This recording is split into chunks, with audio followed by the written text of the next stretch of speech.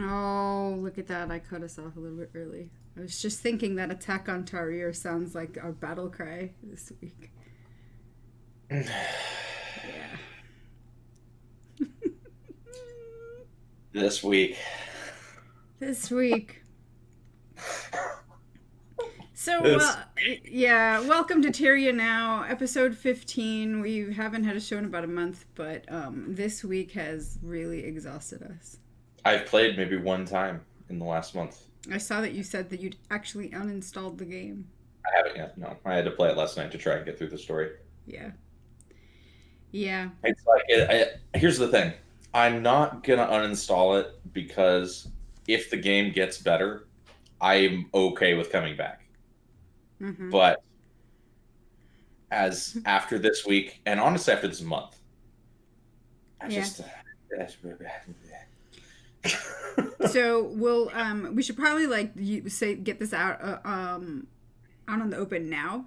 Like, so Aaron and I are both really like tired, but I think Yeah. Aaron more so because I'm still playing. I mean, I log in every week to raid with apparently 9 raid groups that we've got going. Jesus Christ. I don't even know how that happened, but it did. I remember when I raided with one raid group. Now it's just insanity.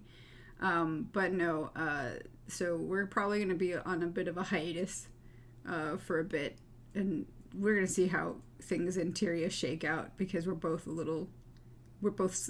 lot concerned. I think that's a fair statement.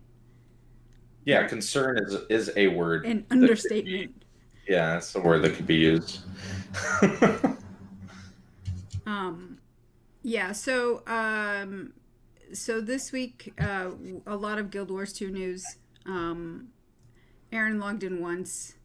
I logged in because I had to raid. I did get the bag of 8 mystic coins for my login reward. That was nice. Mm-hmm. Yeah, my one login the whole month, 8 mystic coins. That's kind of nice. Yeah. That's kind of nice. Well, that was a nice little way for the game to say, "Hey, Aaron, welcome back." Yeah, I know. We'll see you. We'll see you next Yeah, login whenever. it's trying a little hard. I was like, kind of obvious game. All right. All right. So we've got some catching up to do because we've been off for a while. Yeah. But we're gonna cover obviously the fiasco that happened with the latest installment of Guild Wars 2 drama, followed by we're losing our president. And we'll start off with the story, which came in a couple weeks ago, and I've played through the whole thing. Aaron played through some of it. I couldn't finish it, guys. Go ahead, Aaron.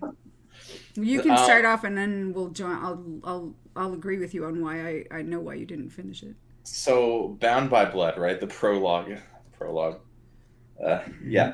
prologue episode to the Living World saga, right? It's not season 5. It's just a saga.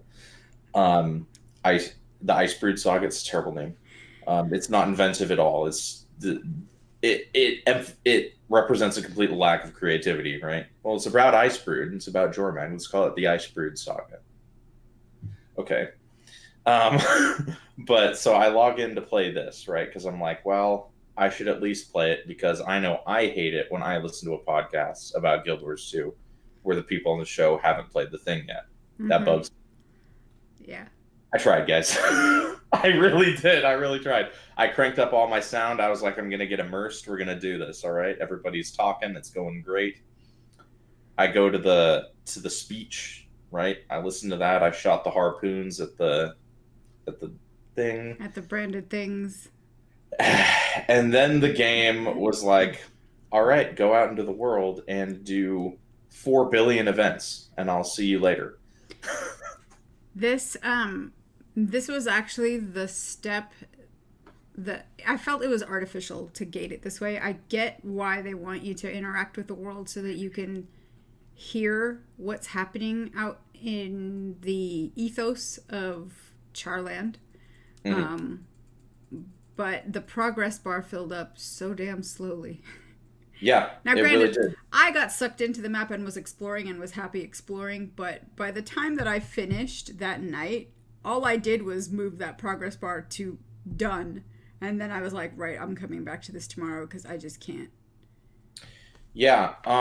Speaking of, you said you were happy going through the map and exploring. I found this map to be not very good looking.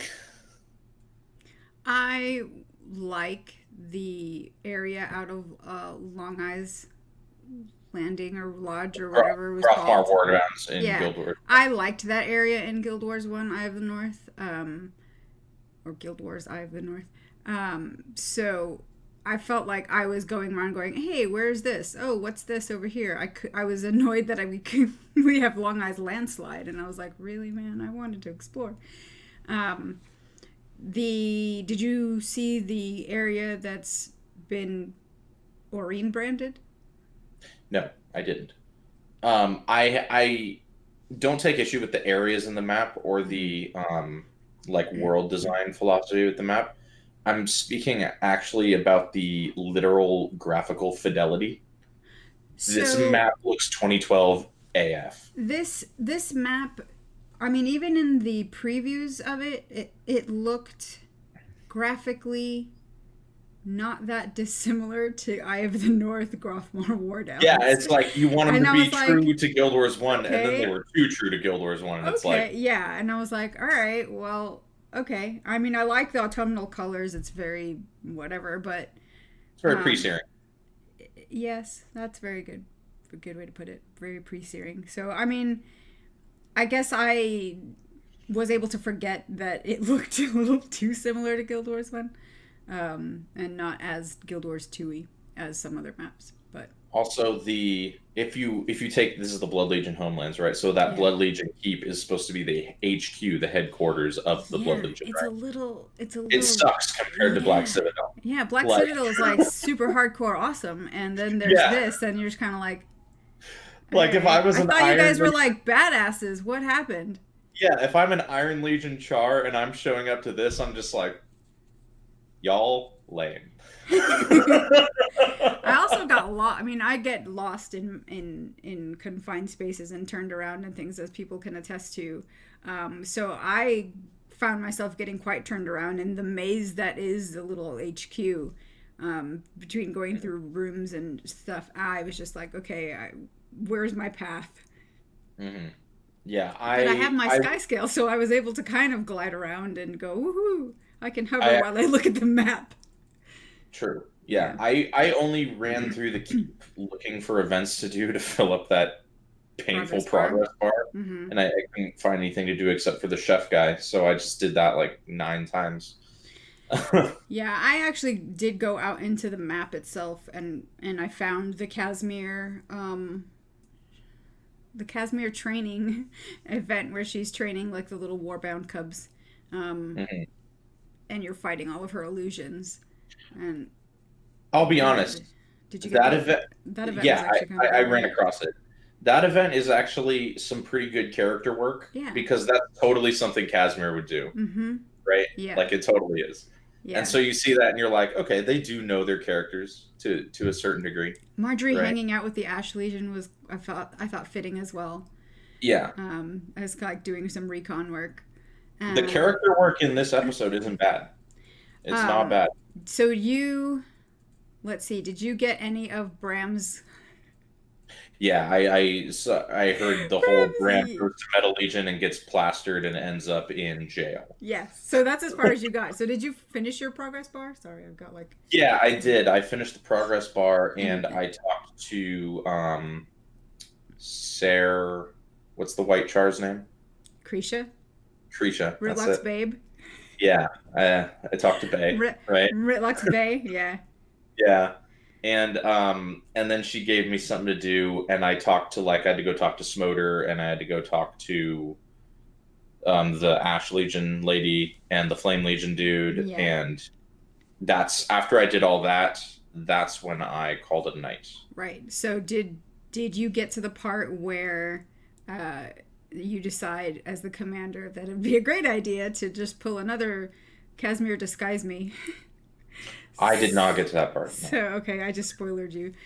No, you can't. Like, I'm not going to play it, so You can basically describe the entire episode. So after that part is where they decide to go back to a beat that they did in Path of Fire, and I want to say in season 4, I don't even remember anymore, where Casimir disguises you so that you can infiltrate and get some intel, proof that Bangar is up to no good. Yeah. Well, because someone in chat earlier mentioned that, oh, well, no wonder their homeland sucks because their leader's an idiot, right? I got that impression from Bangar during the speech. Another good bit of character work. Yeah. He comes across as a bit of a cretin when Yes. he's giving the speech, right? And so, like, the game kind of sets you up for that reveal. It's kind of good. The writing in this episode is pretty good. Yeah. Yeah, so you get to disguise and walk around as Ritlock's son. But, you know, I it's did not, as soon as they introduced you don't that ever really look like I thought that the disguise when you disguise yourself in Path of Fire as Archon Iberu looked a bit more awakened.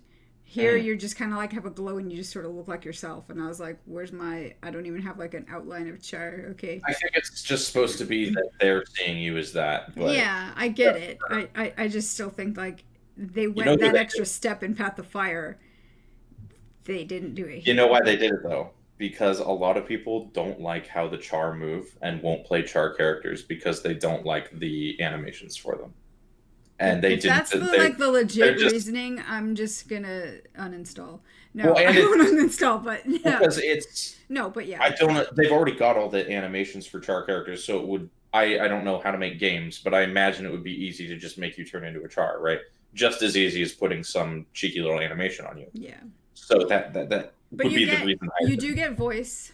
Your voice does sound like Ryland's, and that was good. So we got to hear his voice actor rather than your own. Did you do a close face-on-face comparison with Ritlock and Ryland? No.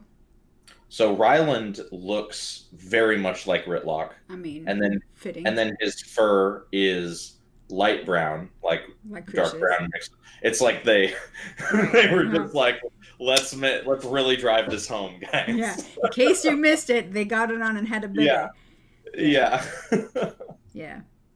So, so you do that, and I've got my quick little notes. Yeah. So you go, you find out that Bangar's behind it all, and he's like gathering forces from across all of the legions to go after Jormag. And oh, by the way, they've captured Gorick because they're trying to use his knowledge of the dragons. But Gorick is like, but what? I don't understand. And so you have to go then and rescue him as Ryland. Oh, okay. So you do that, and then everyone decides to let's go and stop Bangar. And let's see. Yeah. You go and chase Bangar. You're off with Ritlock and Krisha. And Ritlock is especially triggered because he's recruited Ryland into his craziness. And Krisha's like, no, maybe it's just a fluke, yada yada, So Ryland is a like he's allied to Bangar. Mm-hmm. He's loyal to Bangar. Oh, that's what it seems like, yes. Mm-hmm. And he stole Bear's bow, the one that cracked Jormag's tooth. Oh. So when you go and chase them is when you go into the area that later becomes the strike missions area. Mm-hmm. And you get stopped by the environment, basically. So they've taken the tech from like Bitterfrost Frontier, the extreme area where the cold will get you. There's a big snowstorm. You have to fight a pared down version of the strike mission elemental, which we'll get to later. And try to stop Bangar. And you get to hear another of his speeches. He's got the bow in his hand. And then afterwards, you can't actually go after them because that would progress the story, and we only have a prologue. You get forced back by the environment, basically. So you have to go regroup with your friends. I have a question. Yes. And he blew out the bridge. which would have helped you get across to continue chasing them. Okay, so is this where the prologue ends then, at this part? Mm-hmm. Yep. Okay, so my question is, does that cutscene we saw in the trailer with Ritlock and Bangar, does that happen at all? Oh yeah, it does. It happens okay. in like the third step. I probably skipped over it. Okay, I was like before you do the let's see. So you got as far as talking around with Casimir. So right after that, you go back with Ritlock to Bangar's office. That cutscene happens because he's basically trying to goad Ritlock into joining forces with him. And Ritlock is all, F you. Ritlock, even if it's the right decision, will refuse that decision based purely on wanting to be like his own dude. Yeah, I don't like Ritlock. He's stupid. But I know you don't like him, but I think Bangar is more of a jerk. Oh, Bangar is obviously pompous, right? Mm-hmm. Which is weird. It's weird for a Blood Legion char to be pompous, but he is. Yeah. Yeah. So part of like the whole intel gathering that you're going around and talking to the other Imperators, you're trying to convince Smodor to put himself forward to be the Kanur because he's actually more of a unifying voice. And I'd vote for Smodor, like we were talking about. Dude, if you look at what the Iron Legion is capable of versus what the Blood Legion is capable of, I'm all over I'm Iron Legion 100% here. Well, and Smodor is also, he gives some interesting character background to Bangar, saying like, he's always talking about unifying the legions, but he doesn't actually do it. He finds ways to just kind of manipulate them into keeping himself on top. Well, and Ritlock even mentions to Krisha, it's like, I know that Runebringer took all the credit, but I can see that it was you that brought the Flame Legion in. Right, exactly. Like, yeah, Runebringer's kind of he's a cretin. Like he's this political. And there's some like weird, like she feels obligated to him, kind of weirdness going on there because he apparently like took her family in when she was little and. Which is something manipulative people do, though, right? Like that's a story. Tales will just tell. Right, and so like after Ritlock left, then he's like trying to rub it into Ritlock's face that I raised your kid. So stoke that fire a little more. Mm-hmm. So that's where the story ends. Is that we get pushed back because Brangar blows up the bridge. The elements drive us back, and we have to regroup. We don't have to brew any potions this time, like in Bitterfrost. We can just go and warm ourselves by torches or campfires to get our health back. Yeah.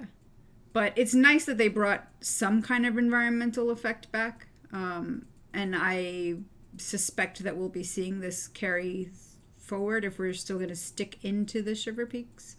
Mm-hmm. Because what essentially Bangar wants to do is to catch a dragon for himself because he's trying to instill a lot of fear.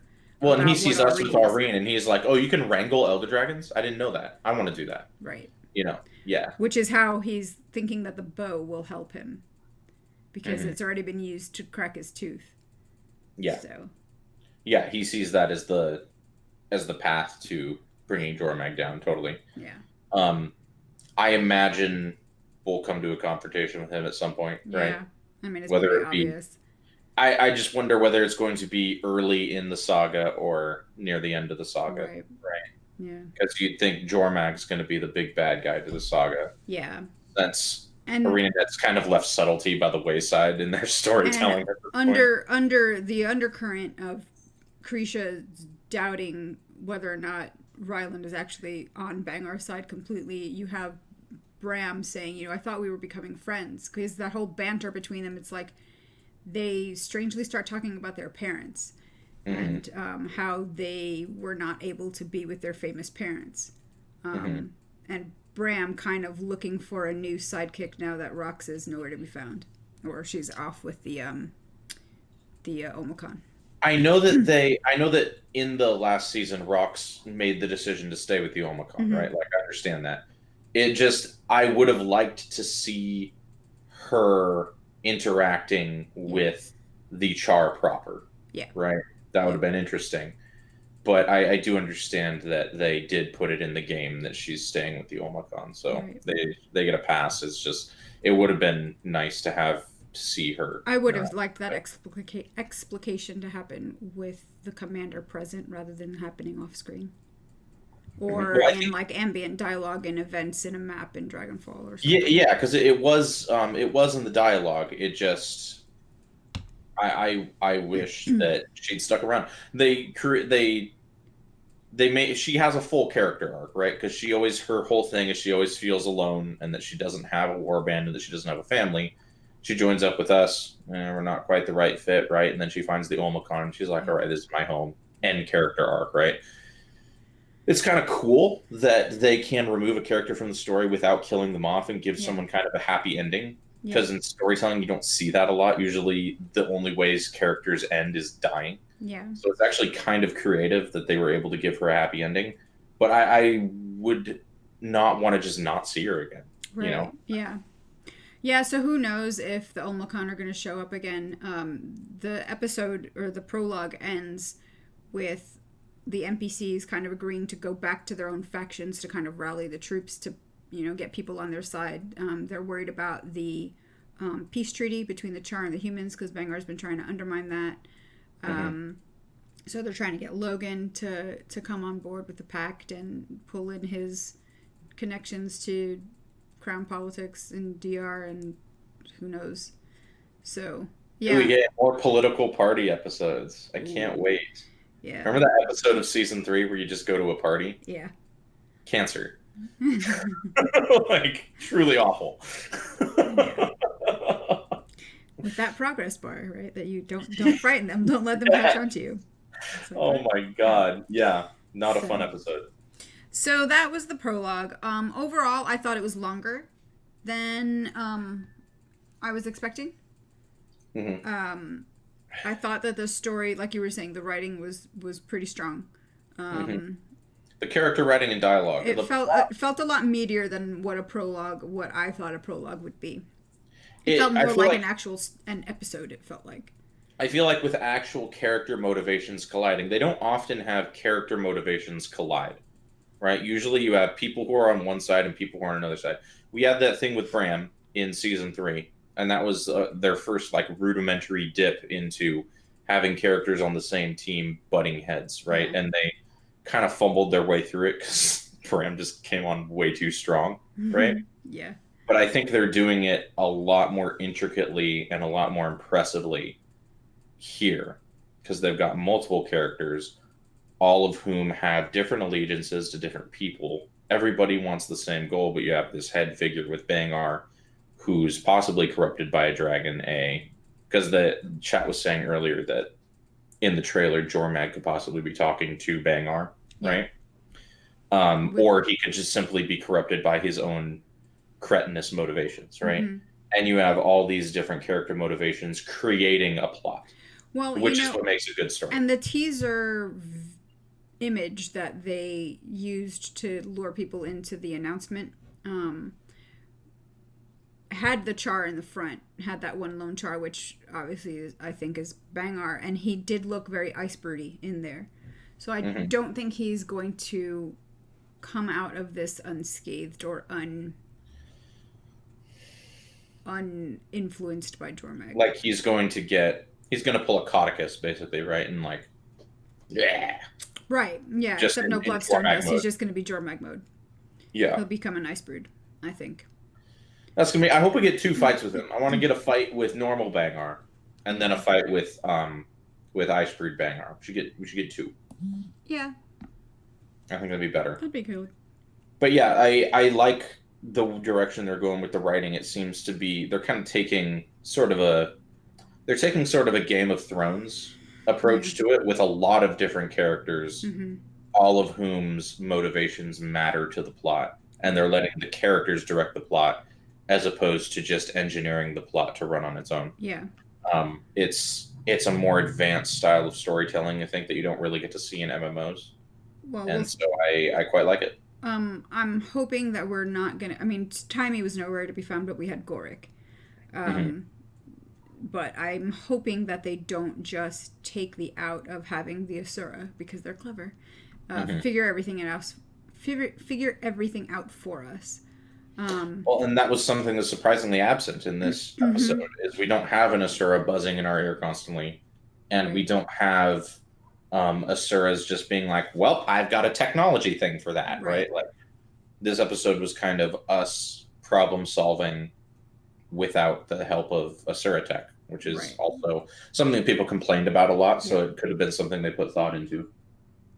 Yeah. Chat says Goric best girl. I don't know. I don't know about that. So I'll be interested to see also like what they do with Bram's character, because I think they've got an opportunity to have him grow up finally. He's got his hair back. Yes. And it's not the long little. It's a little mohawk. He's got a little mohawk, which is good. It's a good look. And I think having him get tricked this way can be really good if they can do something with it that isn't just quickly resolved and like, oh, okay, it's, Ryland is actually a super bad guy and we're just going to end it there. I think there needs to be some kind of consequences, and Bram has to deal with the fact that he got tricked and he got his inheritance stolen from him. Mm-hmm. His heirloom. Yeah, his heirloom, no pun intended. Kill me. Actually, come over to my house. Yeah, I was going to ask, with all these random characters being absent, them having to come up with excuses or just not even coming up with excuses for characters to be gone, do you think they've bitten off more than they could chew with the sheer number of characters they have in play in the story? I mean, I think that if they're able to kind of pick them up and not leave them abandoned for ever, like Casimir and Jory finally came back into this story, and their excuse being Casimir couldn't handle the idea of Balthazar like going evil, so she had to like take time off to psychologically heal, I guess. Right, and Jory not being able to like whatever. Yeah. So I'm not sure. I think they left them. Canuck is a full-blown gambling addict, I guess. Like, I guess Canuck is just a degenerate. He just can't show up. Like, come on, he's actually like an interesting character. Do literally something. Everyone's favorite character. He really is, and I think if they leave him as just like some gambling addict, it's just not going to be good. Literally everyone's favorite character, and they're not playing him. It's like, yeah, okay, sure. It's like, bring him back. It's fine. But Bram, every episode. No episodes without Bram. No. Except when he went rogue for a little while. Oh yeah, I guess all the way back in season 3 then we lost him for a while, but no one like actually missed him because he was such a jerk. It's just like you're selling Bram really hard. They really want people to like Bram. I'm fine with him now. Like I think everyone's fine with him now. With Bram? Yeah. It's just people really like Canuck. They should probably bring that guy back. Canuck's got to come back somehow.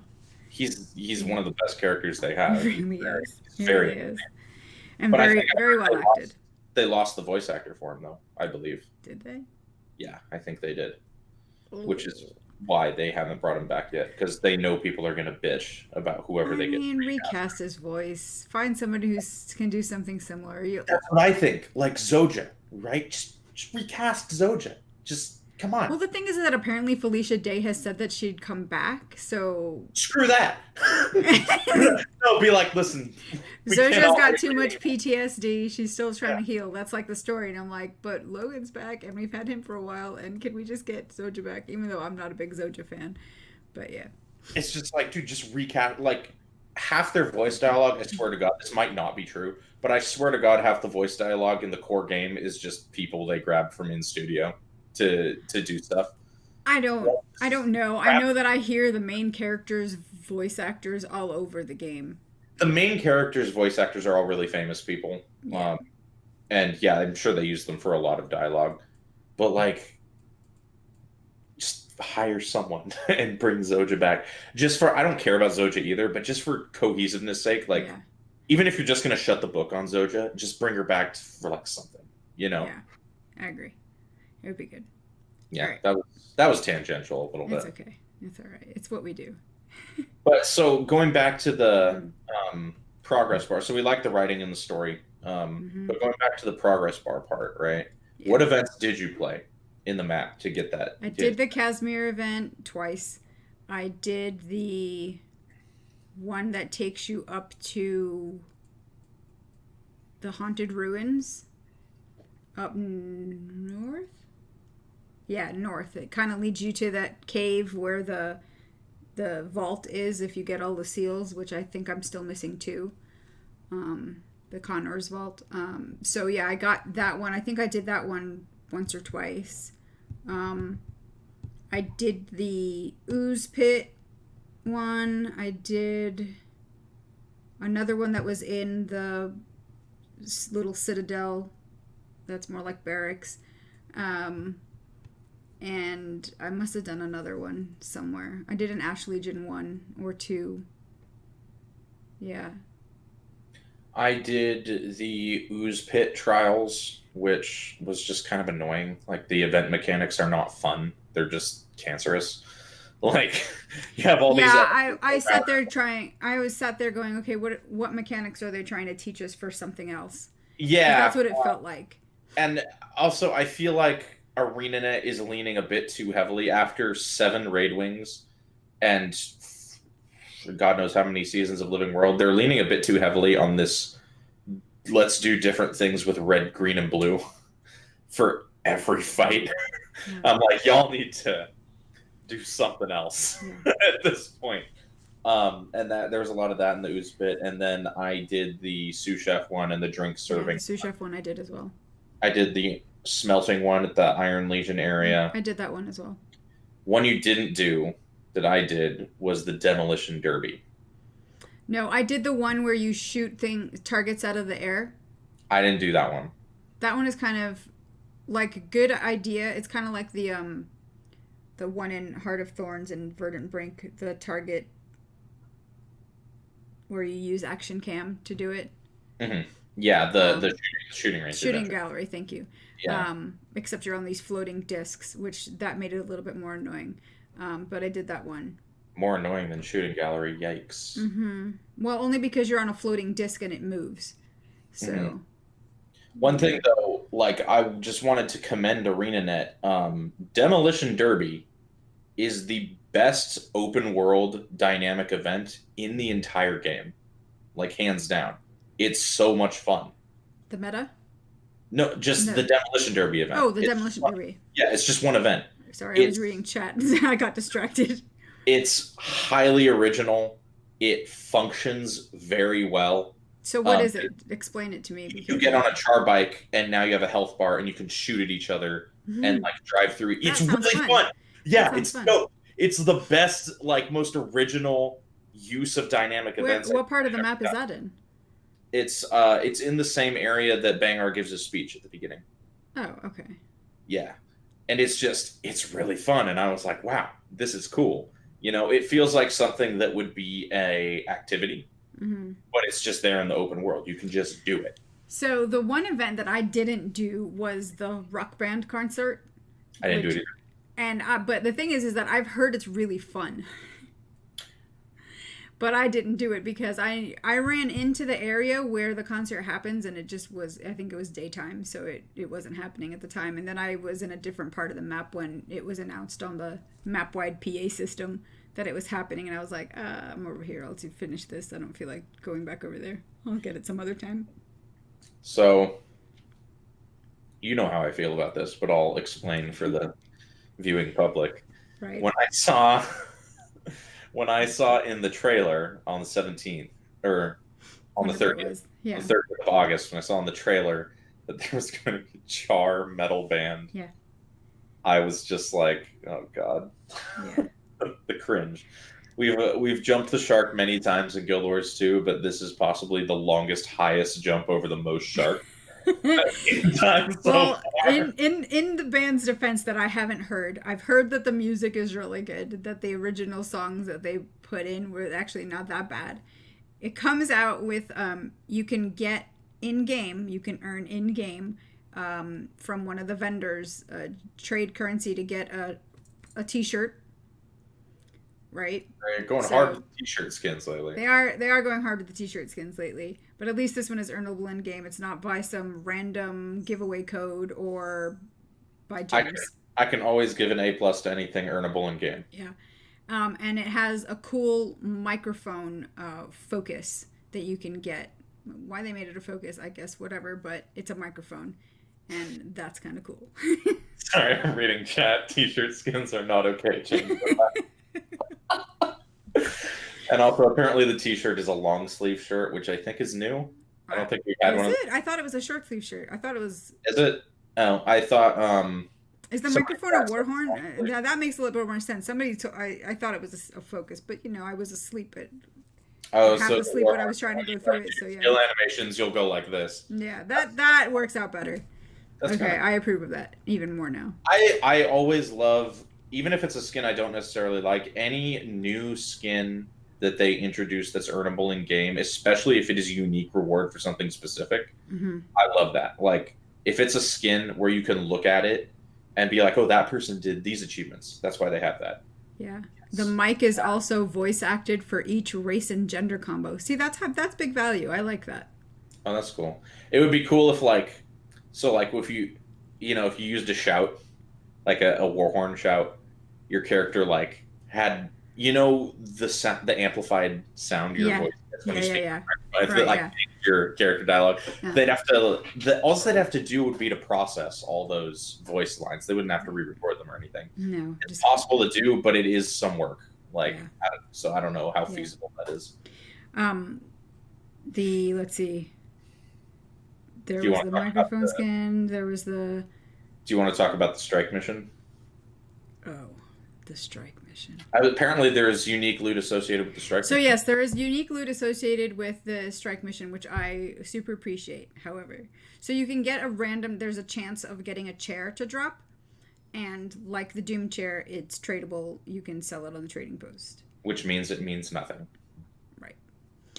A great thing to add to your daily routine is what Josh says, and I know Josh has been running it like every day, because I got a screenshot from one of our guildies that he had posted in guild chat in game, looking for 5 more to go and run the strike. I mean, it's super easy with 10 people. They sold the strike mission as being something that can help players get into raids. And it feels more like dungeon level than even like fractal level or raid level in terms of mechanics. And it's a bit too easy right now, especially with 10. I can see that though, because the natural progression, what it's supposed to be, like difficulty wise, is you do dungeons and then you get into fractals and then maybe you get into raids, right? Right. So if this is dungeon level difficulty, because dungeons aren't super accessible right now, right? You're not just wandering around and you can't just go in a dungeon. You have to like find people. No one's in the LFG. It's a shit show getting a group for dungeons. So if they have things of that difficulty in the open world, you can go in like a public mode and basically just LFG it to go in. Yeah. And you can go in with a pre-made group. And you can low man it, you can solo it, you can do whatever you want. There is a timer on it. I've seen a bunch of videos of people soloing it, which I think is unacceptable for 10-man content, but whatever. Yeah. I don't think you should be able to solo 10-man content, but right. Yeah, I did take it. So someone in chat earlier said it's a great thing to add to your daily routine. We'll talk more about this later, but that's part of why I just can't anymore with not only Guild Wars 2, but just the whole MMO thing. The daily routine, like, yeah, it's a job. It's a job. When you have a daily routine that you do the same thing every day in this video game, yeah, I can't do that. I think if you're the type of player that wants to do dailies every day for whatever reason, whatever goals that you want to achieve, either earning currency of whatever sort or doing whatever. dailies is all Guild Wars 2 is. That's the whole game. Because you can only do anything once a day. That's not true. It's not just doing dailies, but what I think you can choose to do dailies. And I know a lot of people who choose not to do dailies. I mean, they're not like even things that aren't officially on the daily bar, right? You could do your hot metas. Guess what? You can only do those once a day. do your POF metas. You Only can do maybe those. get the rewards, like the big boss loot chest reward once a day. Exactly. That makes it a daily, in my opinion. You can do dungeons. You can only get your rewards for each path once a day, But you right? can repeat them if you wanted to for whatever lesser loot. Exactly, which makes them a daily. Like functionally, the game I is suppose exclusively a string of dailies. I suppose. I think if you care about only getting the big chest and not really wanting to repeat whatever you want to play for repeat lesser loot. And I know that that's why people will create alt accounts so that they can go in then and just get the big loot reward. Whereas I'm just like, I can't. Well, I understand. Like, I don't like that you can do that, but something that did you listen to that podcast with Guild MM and WP about money making? Mm-hmm. Um, Something that they mentioned on that I'd never thought of is that you don't even have to play or trade your stuff from account to account. You can just have everything in a storage guild and use the guild bank as trading.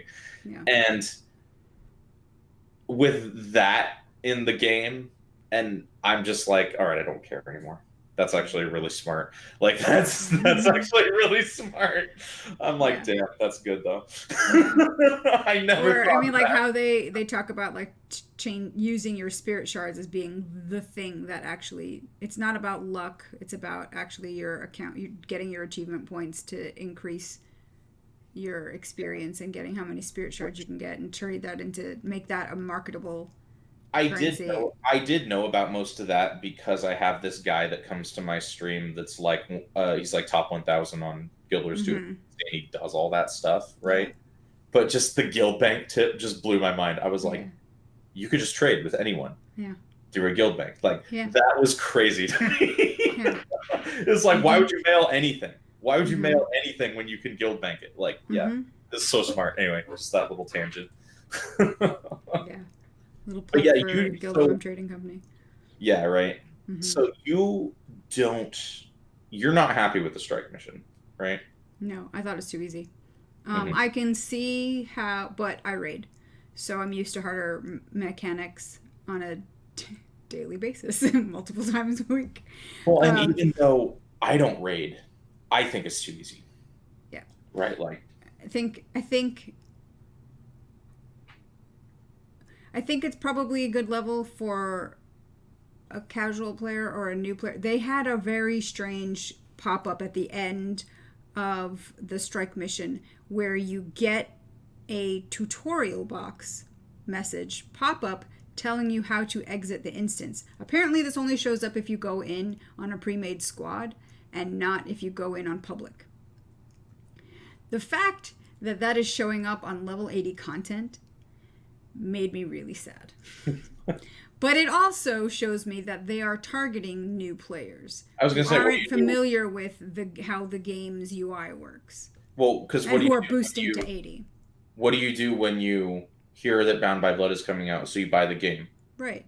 You insta boost to 80 and you go right to the new thing. Right, exactly. You've never played before. Exactly. So I hate that you can do that, but it exists, people in. and so I know why they put it in. Yeah, I get why they put it in. So makes me sad though. Yeah, it made me really sad. Yeah, I was just like, oh. And they still don't have difficulty modes for this, right? It's all just one difficulty. Mm-hmm. See, and Chad is saying like we need to have it easy so we can get people doing it, and slowly it'll become harder. Why don't they just do difficulty modes? Why don't they do that? Now, my understanding from the announcement was that they were going to have different difficulties. If that's going to be added in with like episode 1 or etc., that's fine. If it just wasn't, if like the harder difficulties weren't ready to be shipped with the prologue, okay. But yeah, like I don't know. Not to like derail everything completely, but like when every game is like we're gonna have raids, right? And then they suck. It's like the reason why WoW's raiding is such a thing is because they have a difficulty level for everyone. Mm-hmm. That's why it works, because if you can't mythic raid, you can heroic raid or whatever, right? Right. Like, and Guild Wars 2 is just like, no, we just have raids. They're just raids. Right, and and how long have players been asking for like a story mode? And they haven't changed And the they haven't done it. difficulty at all. Like some raid bosses are marginally more difficult or easier, right? Like Doom is marginally more difficult than the other raid bosses. Yes. But they all exist on the same plane of difficulty, right? And that's why people are bored, you know? Anyway, so they should do that with strike missions and raids. I think they should do it with both, right? Because if people start with strike missions, if they see difficulty levels in that, then it gets you used to the concept of that being in raid. And if you're expecting to lure in players who have experience in MMOs and are used to a WoW or a Final Fantasy 14 or whatever that do have difficulty modes in these group instanced content, you're kind of setting yourself up for not being able to retain players, I think, if they're used to that and not getting it. And yeah. It's crazy to me that they haven't done that. I know. It's crazy. I agree. Because it doesn't sound, and I don't know how easy or difficult it is development wise, right? But it's fundamentally possible. Mm-hmm. You know, it's something many games do. It's fundamentally possible. It blows my mind. Yeah. Okay, I think we've beaten this to death.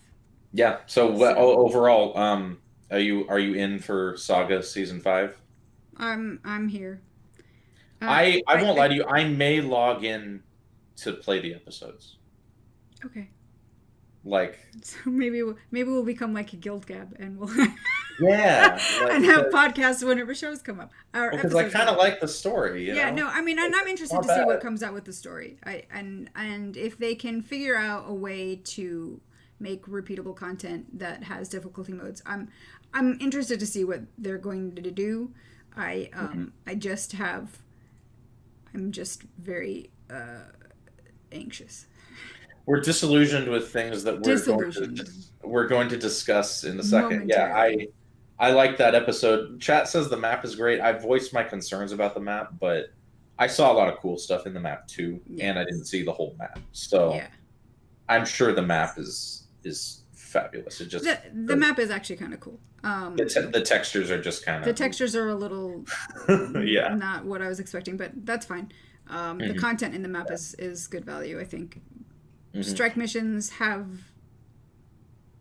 good rewards, or not as bad rewards as some other things.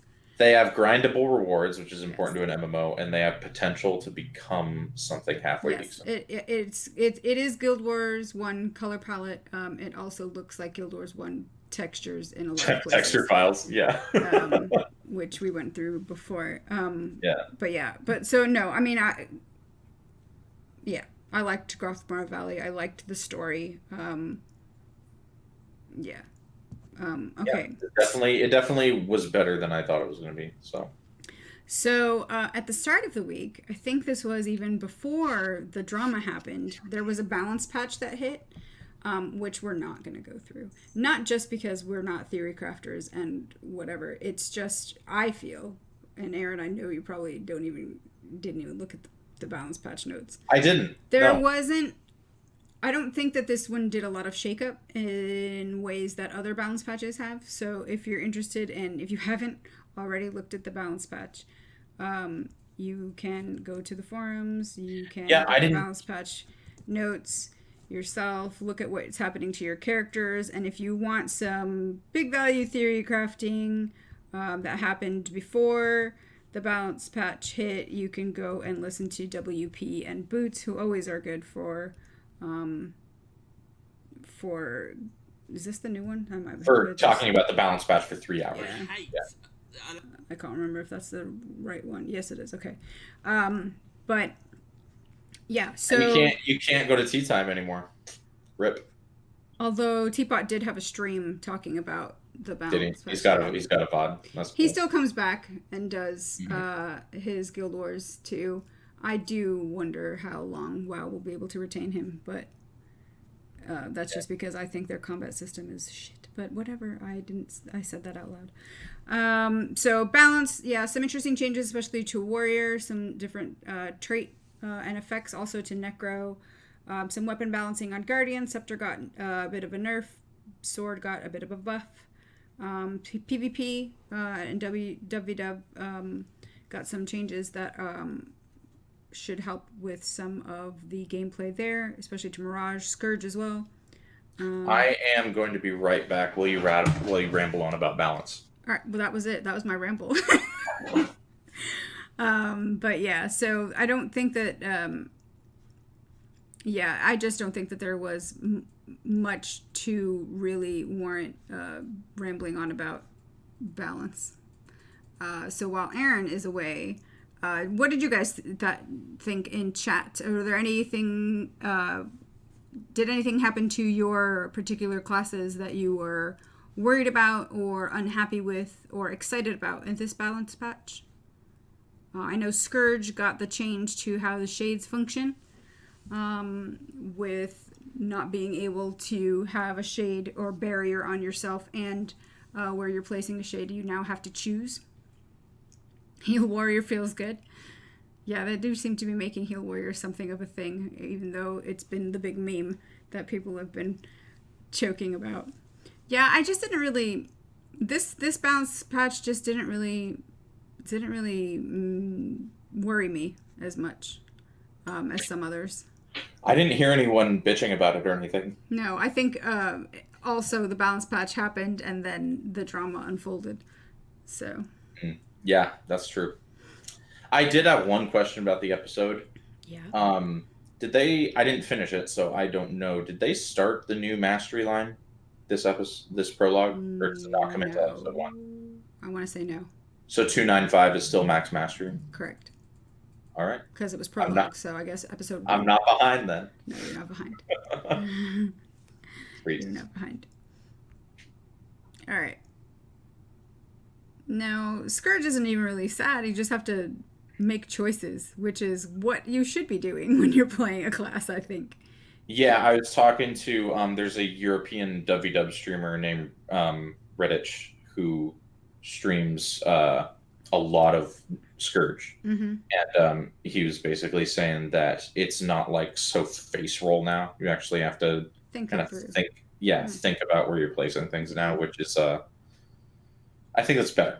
That's always better if you have to use your brain a little more. I agree. All right. So moving on, the big drama. Are you ready for this? Build templates are coming at the end of the month to the gem store. Okay. So. No. What? All right. So I saw a lot of people on Twitter and on Reddit saying, whoa, I mean, everyone was saying, well, throw money at build templates if they put it in the game. And everyone was saying that they're going to be monetized. Look, let's not generalize. Many people may have been saying that. Many people may have been saying that. Not everyone was saying that build templates, they were expecting build templates to get monetized. Here's the thing. I don't know if I live in a bubble, but my community would be like Omega lol when they add build templates. They're going to be on the gem store, right. Pepega, like big memes, right? Like it was a meme. It was so ridiculous to us. It was so fantastic, like out of the realm of like. Of course they're not going to ever do this. This is such a meme. We're like, of course they wouldn't. Like that's insanity, right? And then they did. Oh my god. Oh my god, what a debacle. I am incredibly sad about this. I have been holding out on using even the ARC build templates. I am a chrono main in raids. I have gear for at least 8 different builds on one tune. If you've ever seen me stream, when I do stream, my inventory is packed full of gear. If there is one tune that would have benefited from the equipment templates and getting all of that shit out of her inventory and into the armory, or whatever they want to call it, that would have been the character that I'd been like, yes! And we get 2. Yeah. Per tune. I think they upped it to 3, if I'm not mistaken. Here's what they did. You're ready for this? The original post, you get 2 build templates by default. 3, I thought. No, the original post said 2. And then everybody blew up, and they stealth changed it to 3. Super quick. Yeah. Okay. And then I was like, that's still So no good. every tune gets by default 3. In Yeah. the first month after release, you'll be able to get 3 more. I'm not sure if this is per tune or if this is just per account for free off of the gem store. You get 3 for your account total, and then you get 3 per tune as well. Well, okay, so there's 3 different things that they've built into this because And equipment and build are separate. equipment and build are separate, and then they've got the build storage, which is separate, and which are going to be sold in packs of 3 on the gem store. So you can fuck. And that I believe is going to have and those are the account wide build storage, and that I believe is the one that's going to have the cap of 24. But not on one character. You don't have No, you can across only your have account. yeah, And- you can only have up to 6 for free on one character, Right. any given character. Yes. And Now, the argument that I've heard repeatedly is, oh, well, this game is for casuals, and 3 build, that should be enough for the casuals. Why are you guys complaining? build templates are not for casuals. The people who make the most use out of this are the people in endgame Mm-hmm. who have more than just 6 builds per tune. Who are so invested in the game that they have to buy this. They don't have to, right? Because there's going to be someone in chat who's like, no, they don't have to, but Right. they have to. to make their playing experience better, Yeah. like a quality of life change. Like, this is supposed to be a quality of life change, right? Yeah. And chat making the good point that they've made this so needlessly complicated. Yes. Like splitting the builds and the equipment, which I understand technologically why you would split the builds and the equipment. Now, in They Guild Wars, explained it. in Guild Wars 1, it somewhat works the same way. You've got your build templates, which you can actually save, and then they've got equipment slots. Remember those little 4 things that you could put on, like F1, F2, F3, F4? Those were only for Those were only for weapons. But yeah. And they wouldn't take up your inventory space if they were But in those. equipment was also way less complicated. Yes. And builds were way less complicated too. But the thing that has probably the whole build storage thing is not client side. It's server side. Why? Just let us keep our files like we did in Guild Wars 1. Little text files. You can save them on your computer. If you wanted to change them, you could just copy them over into your another client if you had more than one computer. You could copy it right out of your browser. You could copy them and save them. Yeah. I still have my more than 24 build templates saved from Guild Wars 1. Oh god, I have no idea how many I had, but it just you just the argument that, well, if they have, they have to sell character slots and they have to sell bag slots. I guarantee they have to sell bank tab slots. Look, I have something like 20 some odd characters on my Guild Wars 1 account, and I don't even know how many build templates saved. I have character slots, I have bank tab slots. I was still buying all of the shit for hoarding because that's exactly what it is. People will still buy this crap. Oh yeah. It's not going to undercut their bottom line. No. So when you throw that argument out, I'm going to be calling your bullshit because that's exactly what it is. It's bullshit. So, yeah. Where you make the money in microtransactions is loot box cancer, which they've already got plenty of with Black Lion chests, and overpriced flashy stuff like 2K mount skins, right? I guarantee you those make way more money than build templates are going to. And one of the arguments that I hate, and you briefly mentioned it there, was people are like, oh, well, you can get around it, just create another character. Guess what? If they're not selling you build templates, they're selling you character slots. You've spent the money either way. They win either way. You're not smart. Sorry. How many characters do you have on your account? I have 14 total. 9 that are like... I have 14 slots, 12 characters, 9 that are like characters that I actually play. The rest are just storage mules. Mm-hmm. And yeah, like I already have my slots, right? And people are like, "Oh, just make a character for each specialization." There's 2 elite specializations per. I already do that. Yeah, and you already do that. Yeah, and it's like, okay, so I have a Chrono and a Mirage. Like, congratulations if you. And I have more slots available if I want to make yet another Mesmer. Yeah, and it's like, congratulations if you've pre-prepped this by just liking alts or having that idea first. But what if you're like Josh in chat who likes to have one character and just one character? I guess you're screwed, right? Or there's people who like to play their main, and that's their character. You're kind of boned, aren't you? Like, I also, it bugs me that they are charging money for a feature that one person developed by themselves functionally 3 years ago. So apparently there was a team of like 4 or 5 devs, right? 4 people on Arc DPS. Oh no! Oh, Arc DPS. Yeah, I'm talking about the Arc DPS guy. This guy did this by himself. He's like one dude, and he had friends who helped him test. Yes. Okay, sure, but like and he did it exponentially faster than ArenaNet did. Well, and then once he started working with one of the devs, or at least one of the devs from ANET, when they actually made it legal so that Arc DPS would become legal. I know he signed an agreement, right? I'm signed an agreement. Arc DPS build templates are leaving. It's just he's posted he's got until basically November 15th to get his templates to basically kill it. I'm just when you've essentially been alpha gamered by this one dude in a basement making Arc DPS. You have the audacity to use your entire multi-million-dollar company and that is the root of that's hard for it. Yeah, that is the heart. It isn't even so much that build templates are coming in. Yes, I'm happy that they're finally coming into the game because they should have been in since launch. Yes.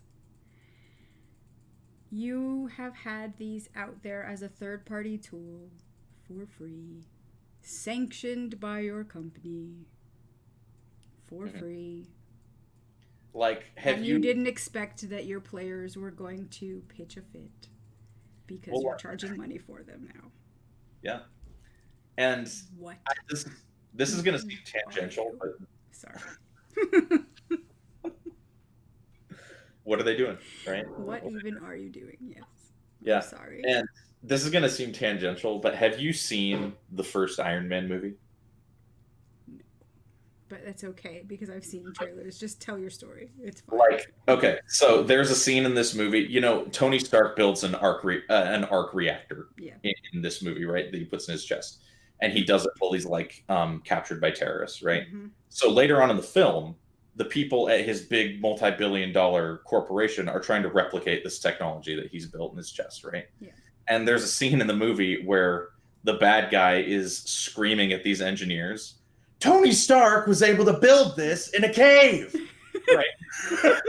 And that's how I feel Mike Z must have been like to the people working on build templates.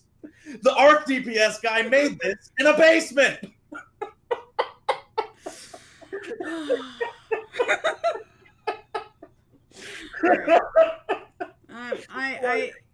I really like one of the things that I have always tried to pride myself on is being balanced whenever I talk about this game.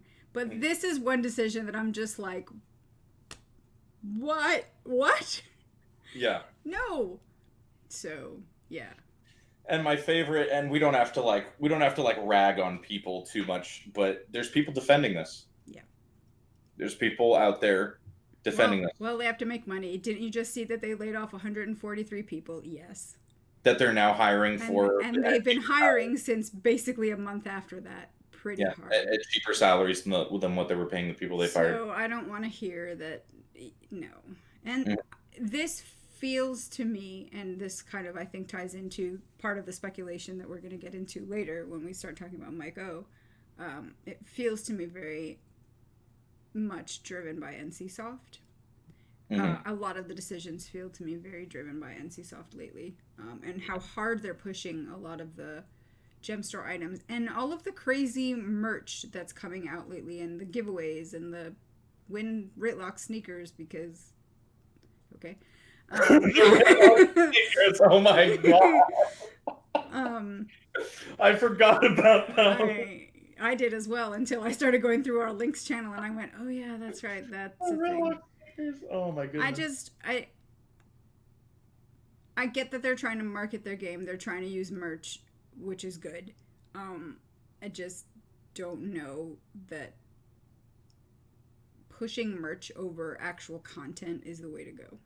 Did you sign up for Tidal so you could listen to the soundtrack in high definition? I did not. I did not. I Because don't think anyone did. I feel like if you have a SoundCloud account that you've been promoting for the however many years now, Yeah. just keep using SoundCloud. Or if Your players will love you if you just keep doing the things that make them happy. Or just download the audio off of a YouTube video. Or do that. Yeah. It's yeah, their marketing decisions are crazy. Very, very not taking their players into consideration. Oh my god. Just charging for build templates feels even worse when you've seen the merch goblin from the announcement events.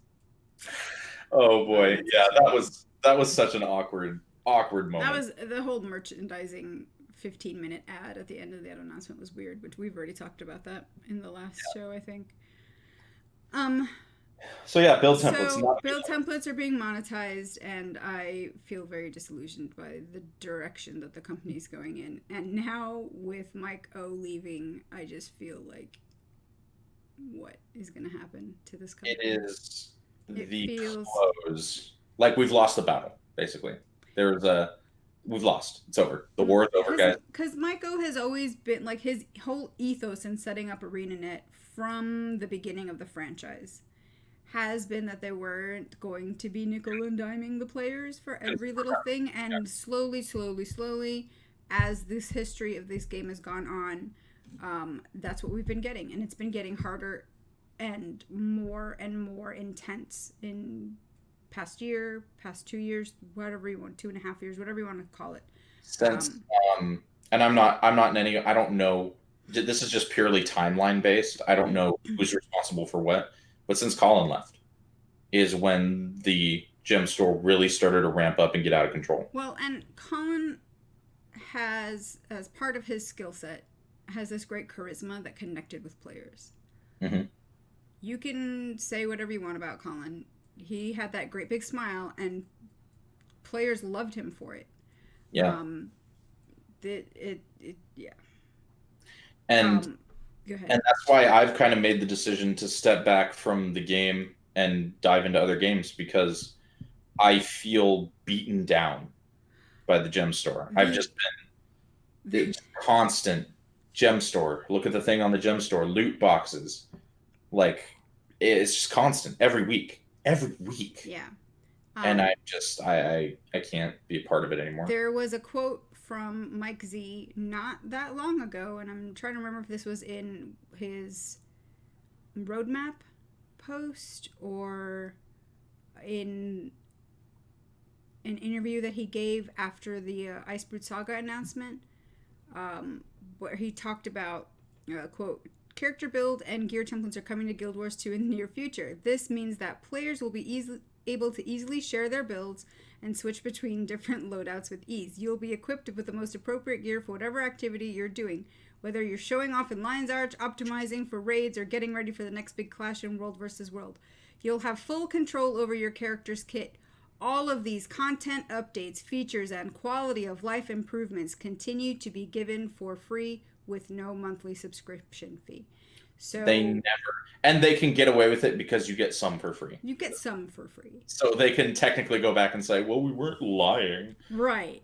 But when you say that you're going to be getting this quality of life feature for free, in the same way that other quality of life features have come into the game for free, you've built that expectation in. So when you get this shit show that the community threw at you this week, if you're not surprised or wondering why this happened, that's why it happened.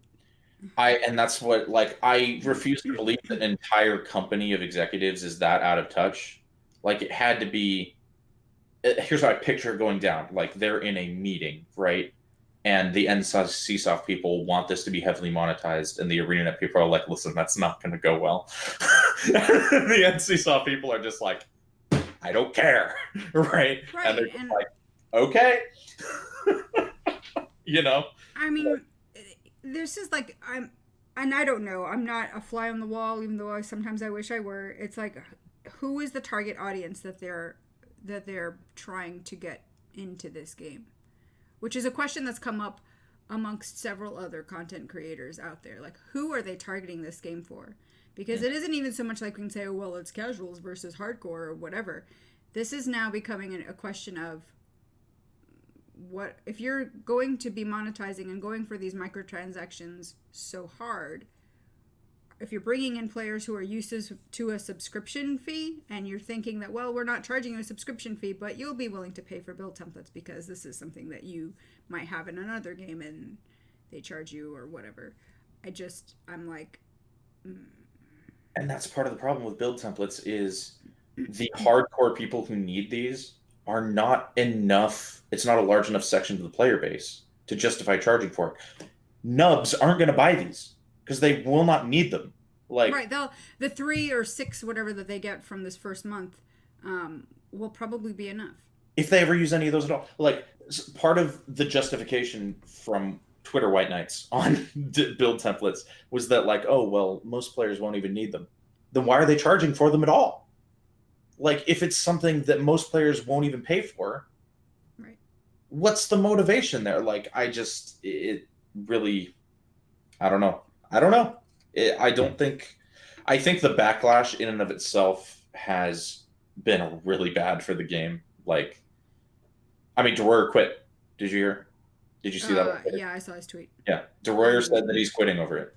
Yeah, I 100% don't blame him. Yeah, and that's someone in my Discord, I think it was AFK Queen in my Discord, made the comment. That's 2 out of 3 of the big content creators yeah, for this game. Yeah, Wooden Potatoes is the only one left. So and yeah, he hasn't commented on this at all yet. No, he hasn't. Wooden Potatoes, I feel like he doesn't get bogged down in this sort of stuff. In the drama, the hyperbole of the community is. I've never seen him get bogged down in stuff like this. He tends to try and kind of stay back, keep his own feelings to his chest. He's more of a reporter. And tries to balance it out. Yeah. He's more of just he reports on in-game things and that's it, right? And he did say, oh God, I want to say it was about a month or so ago in one of his videos. I think it was right after the Icebrood Saga announcement, actually, that he was concerned about the direction of the company. Mm-hmm. And what that means for not just the future of the company and the game, but even his own future, because he's basically made his livelihood as a YouTuber off of the back of Guild Wars. He has. That's all people will watch, right? Because he's done other stuff too. Yeah. And if you look at those view counts comparatively, he gets much more views on his Guild Wars stuff. Sure. And he is dabbling now into the realm of like WoW. He mentioned in his video on the whole Miko thing that he's in the middle of production on a video comparing original Guild Wars with WoW Classic. Mm-hmm. So, he's out there playing other games, like a lot of other players are, or like a lot of players are. So, hey, what happens if you lose your biggest influencer? And someone in chat, Crash in chat, is saying WP in his video from the announcement did say that ANET was losing the heart of the player base. Yeah. And this brings to mind something that Josh, who's also in the chat, had said on his Twitter, that basically ANET has had a choice between fostering goodwill with their player base and making a quick buck, and they chose the quick buck. Yeah. And that was a really brilliant insight from Josh, I thought, because it's like, wow, yeah, they are just throwing away, like they are not valuing having a good relationship with their players, right? And that's hugely important, right? And they're just tossing it in the trash, right? I mean, and you look at I don't even remember where I saw it. It may have been someone linked it in your Discord, asking in a forum post if Guild Wars 2 has a community manager, and the answer is no. They have a community team. They don't have. They have a content and marketing team. Is what they call their community team now. Yeah. It's no longer called the community team, and they don't have a community manager. And in that traditional community manager sense. Gail was the community manager officially for Guild Wars 1. I don't think they ever had an official community manager for But Guild Wars she was 2. the one still that She was was seen doing the in that. most. Yeah. That was still doing the most outward-facing community work. Because who else is on? Stefan and Regina and Ruby are community people, right? Mm-hmm. I couldn't name you any more names than that. And I don't see. Granted, I don't go on the forums, but most of the devs that I see interact with the community on Reddit are not community devs. No. They are game designers. Game devs. Yeah. The game designers are in the trenches and in Twitch chats. It's the game. It's the design. Twitch chats as well. Yeah. The designers are the ones that are actually doing what I think the community team should be doing, and that's not to directly disparage those devs. I'm just saying that's what I see. Right. That's what I see as well. Yeah. I mean, I think it's good that they're out there, that they're taking whatever breaks that they can from their own work to spend time with the community. I think it's good. Mm-hmm. It's just I'm very worried. And I just think that whatever money they do make off of build templates pales in comparison to what the goodwill of the community would have been worth. And I still think they'll make more money off of the 2K gem skins than they would over build templates. And granted, they haven't released the price for the build templates. They have said that it's going to be in line with character slots and back slots. Yeah, with other 400 to 600 gems apiece. Yeah. And if you missed the here's my time to plug Amala's article. Amala, I know you're in chat, so here you go. This is for you. If you have missed the equipment stuff, the live stream, because I did show it off on a guild chat earlier this week.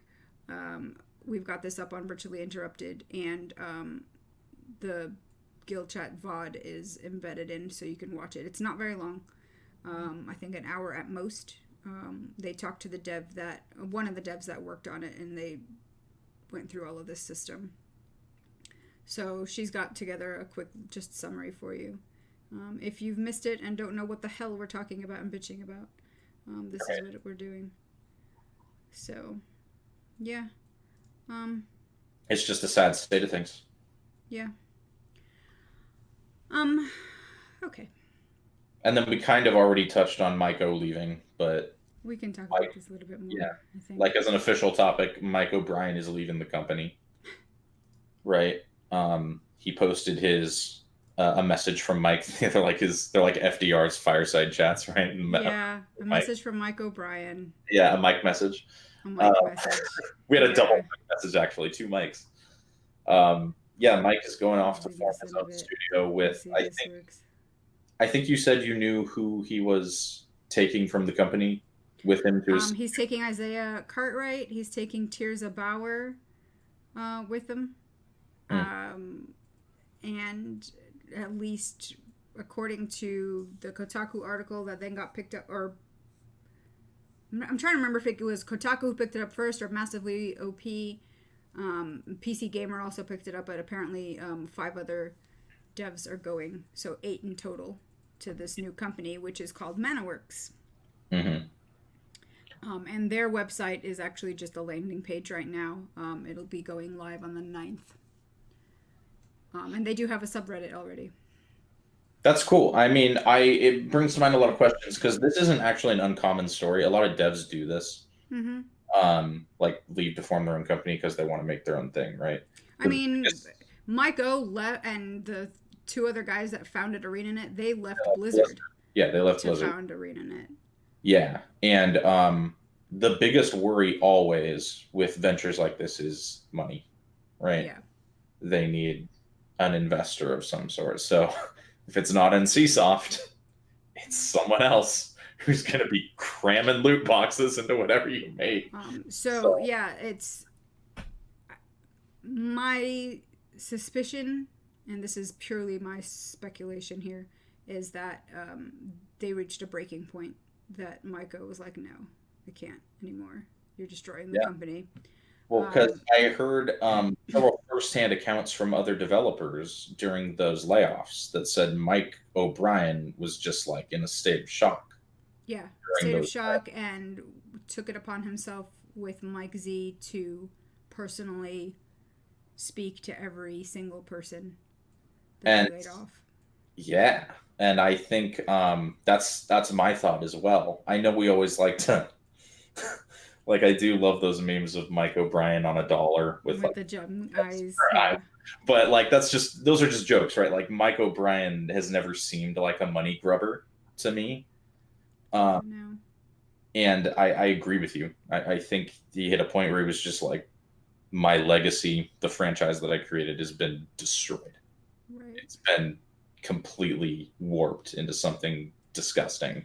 He yeah, he does take a moment to thank NCSoft for partnering with them, and I guess I mean that's fair enough. I mean, they're without their backing, it wouldn't have been able to get off the ground and get the game off the ground. He specifically refers to Guild Wars 1 era NCSoft though. Mm-hmm.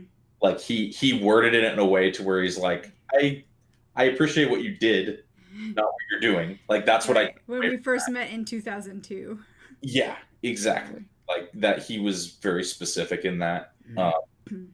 There has been some people coming out of the woodwork being like trying to paint Mike O'Brien as like a horrific boss at ArenaNet. Yeah. I don't know anything about that. I met him one time and he was very nice. Now, that doesn't Same. mean I know the guy, right? Same. Yeah. Exactly. Yeah, that doesn't mean I know the guy, but from what I know of him, I think he just got tired of his game being turned into a cash shop, basically. Did It's more like going to the store than playing a video game now. did the stream die for you? No, it's still live. It's Okay. still good. It Yeah. just died out on my Does tablet. does it say error on the Twitch? Yeah, it was just Yeah, just eternally refresh. spinning. Yeah, just Yeah, I refresh. just refreshed it. Um, yeah. So then we get after Mike O's message, we get a message from Mike Z, who still has the title of game director, and it was actually massively OP. Who reached out to ArenaNet to find out like what Mike Z's actual title is going to be. Is he going to become the president of ArenaNet like Mike O is, or has been? And that's when we found out. Let me get this up if I can. I've heard buzzings about who the new top dog is going to be, and I think it's an NCSoft insert, isn't it? Yeah, it's a guy called Chris Corey. Yep. Which is Twitch chat is killing me. Yeah, that's when Mike leaves, and instead of promoting somebody from within ArenaNet, they send in a suit. That But apparently, this suit has already been with the company for a while. We inquired, yada yada. Who else might be leaving? Mike Sojourner will continue to oversee Guild Wars 2 at ArenaNet, while NCSoft West Chief Development Officer Chris Corey will continue in his role as managing all Western development efforts at the company. That to me, that says it's like. So this is the guy who's been making a lot of the decisions, I think, on developing, whatever that means, development efforts, which I read as marketing. It means he has final say on anything. Yeah. Anything that goes through that company, he has final say on.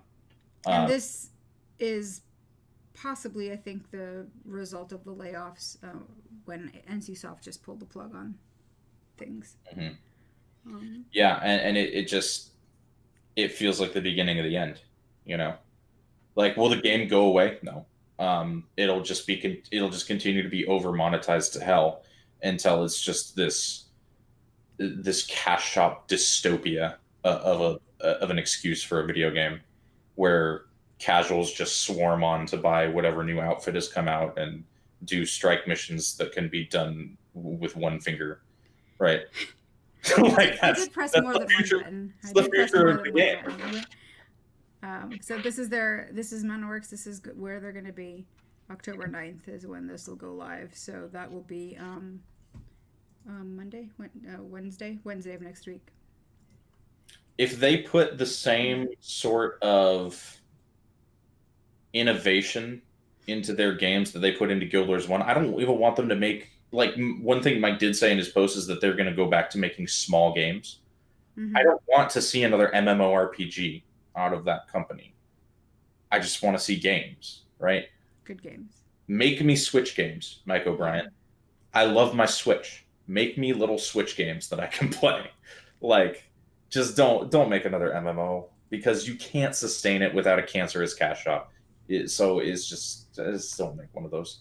So, Like Mike O'Brien is watching this. Like Mike, yeah. no. You're like, all right, Aaron, I got your back. If he was watching this, he would have checked out a long time. Dude, you know what I forgot to do for you?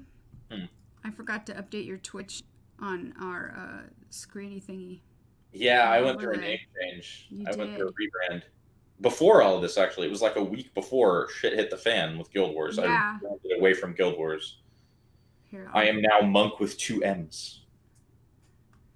And actually, I got the Twitch page for just Monk with 2 M's. My Twitch handle is now 5 letters. I feel OG. So, but your Twitch handle is what? Just MM Monk? Yeah, just Monk with 2 M's.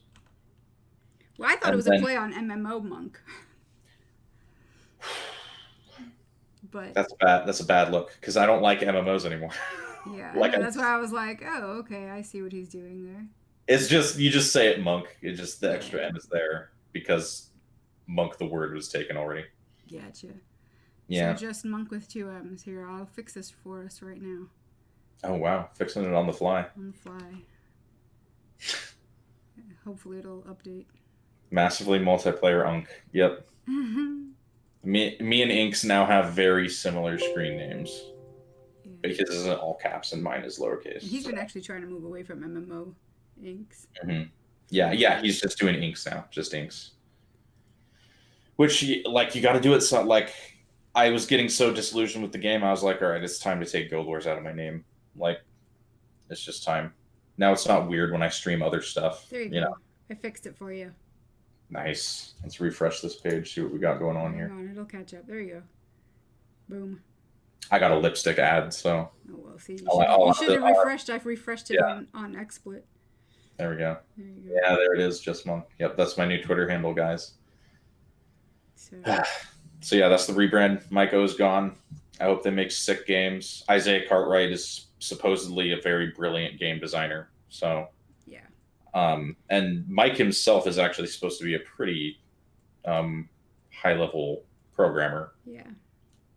He was integral to building the BattleNet client, as far as I'm aware, that Blizzard uses even it's now, like the original iteration of that. Yeah. So he's like a heavyweight game developer himself. So they should be able to come out with some cool stuff if they can get some funding behind it. Yeah. Hopefully they make single player games. I would love to see a single player RPG out of that team, like a single player RPG in the style of Guild Wars 1. I would love that. That'd be so cool. So yeah, who knows? So you got your. I'm also changing our panels down below because I feel bad that I didn't do this before. Live during the show, guys. Yeah. Yeah. So what is your Twitch now? Twitch is just Twitch/Monk. With 2 M's. Yep. Okay. And like this was gonna be like the last TyriaNow for a while because I am not playing anymore, right? And I didn't want to be that guy who doesn't play but still talks about the game because that infuriates me. Mm-hmm. But I kind of like the idea of doing like the Guild Gab thing where when there's a new episode, we do a show. Yeah, I'm down for that. I mean, I know that way the show doesn't have to go away. Yeah. And it was funny because like this week we were like, Aaron was like saying, well, you've put so much work into the show. I'm like, yeah, but I don't want you to feel obligated to like do a podcast on a game that you don't want to play. Or you have no interest in playing because that's just sad. And it results in so much inaccurate information being discussed during the show. Like, yeah, because if you don't care about the game, then you're not going to look up anything, and it's going to result in all your ideas about the game being from when you left the game, and you won't be aware that things have changed. Yeah. So like, I can keep up with playing Living World, right? Like. I'm down to do that. I just don't want to play Progression Guild Wars 2 anymore. Is basically my thing. That's fine. So I think it's a good idea for us to just do episodes when the Living World comes out. So I'll update our info out there. I think that's probably going to be the way we're going to go forward. But we'll still support other podcasting teams out there in Guild Wars 2 community because it's Talking Scrit, and then there's Host of Ascalon, and they've had a hosting change or adjustment recently in the past few months or so. There's Us quite a and there's Guild quite a Lab few. Yeah, there's quite a few podcasts. I just can't think. Relics of War. and Um, Relics. And Relics is they kind of follow the same model of as just doing a Guild show when Lab. they really do a They show. do a show when they do a show, and Hmm. they've survived that way for a while now. Yeah. So Yeah, that way we won't have to like pad out episodes just ranting about the gem store. although this one was legit, I'm really upset about Templates, yeah. Gem Well, Store. because that was as a raid leader, that was like the thing that you were looking forward to. That was like your biggest want as a feature. Yeah, and like, people saying, "Oh, I want to get into this, but I have to add ARC templates." And I'm like, "Just hold out. It's going to be fine. They're going to add build templates to the game. They're coming. They're going to be awesome." And they went and did this, and I'm like, "You bastards." Yeah. But Yeah. yeah, I just feel really disillusioned with the way that the direction that they're moving in monetizing things. So I'm hoping that um, I'm I'm gonna see what the functionality is out of them, but I pretty much think that I'll take whatever free crap they throw at us or let us get, and that's all they're gonna be getting. So that's all I'll Yeah. be getting because I'm not gonna be paying for this. I'm pretty happy with my account. I've done a lot. I put 7,000 hours into the game. And before you guys come out in Twitch chat, I know you've got 30,000 hours or whatever. I'm not. It's not a competition. I feel like after 7,000 hours, I'm gonna sit back and just play Living World when it comes out. And that's okay. Yeah. Yeah. So yeah, we're sad about the game, We're but sad about the game. the show's not completely going away. No, not completely going away. And hopefully they can ride this out and not have NCSoft turn them into a bad MMO. Yeah, hopefully the game, and if the game gets better, I'm open to coming back and playing progression again if things shape up. But as it is right now, I'm just not interested in playing progression Guild Wars 2 anymore. Yeah. So that's where we are, guys. I kind of hate to end on a what could be construed as a sad note, but that's just a reality note. Yeah. So we'll see. I think for the sake of poignance, we need to end on a sad, somber note. Yeah, that's true. Templates of Farewell. That's our title for this episode. We'll hopefully it is a fare thee well, and we'll be back in a happier frame of mind when episode 1 comes out. I was gonna say in January when episode 1 comes out. Remember in season 4 they released episode 4 in September, and then a new episode didn't come out until January. Yeah, I would hope that. Yeah, I'm not sure when because they haven't announced anything about when they were even targeting for episode 1. They left the time frame wide open during that announcement. They were like, "So the format might change, hopefully for the better. We don't know," and that's basically all we got. We have no idea. And they said about they'll have patches that have other things that could be considered content, just not always living world. So God knows what that means. Yeah. I don't know. I'll be rating and leading 9 or 7 groups that I don't know how many I'm in, but yeah. That should tack 40 or 50 hours a week onto your /age. Yes. Yes. I haven't opened up the the bags of unidentified gear that you get as raid loot. Yeah. In like a month and a half, I want to say. They've just been piling up. I have pile up. Yeah. I have something like 6 or 7 like full stacks of unidentified gear in my Chronos inventory, and the thought of having to open them all so or chat salvage them all or whatever, I don't know. Chat saying that episode 1 has been confirmed to be released in November. I missed that. But what's the source on that? He said Mike Z's interview. I think the one he did with. He's done several. Yeah, he did one with a gaming outlet a few weeks ago. That must be. You can get us a link in chat, QD. That would be helpful. Yeah.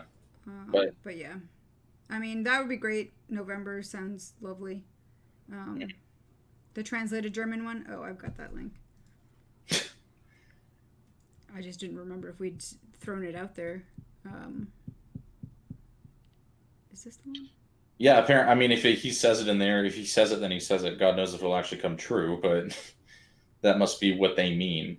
So, ideally November, I suppose, after Halloween. Yeah. Oh yeah, this is the one that's on Reddit. Mine-mmo.de. So, well, we'll see. November episode 1, December Christmas. So, Winter's Day. Okay. October Halloween. Probably between Halloween and Christmas then. Yeah, and it says based on Mike's description, the update schedule for 2019 could look like this. So it's not a guarantee.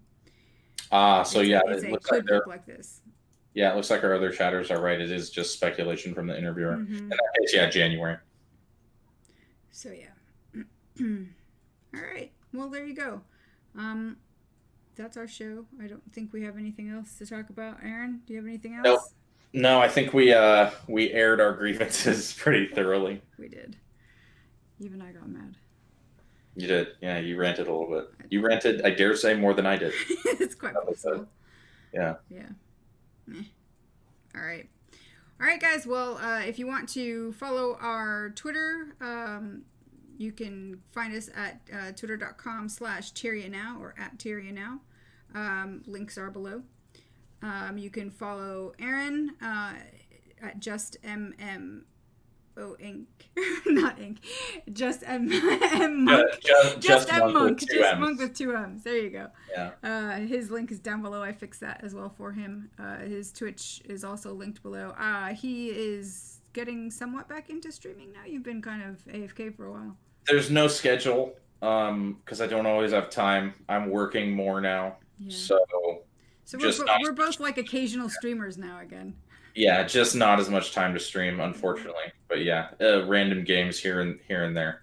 Yeah.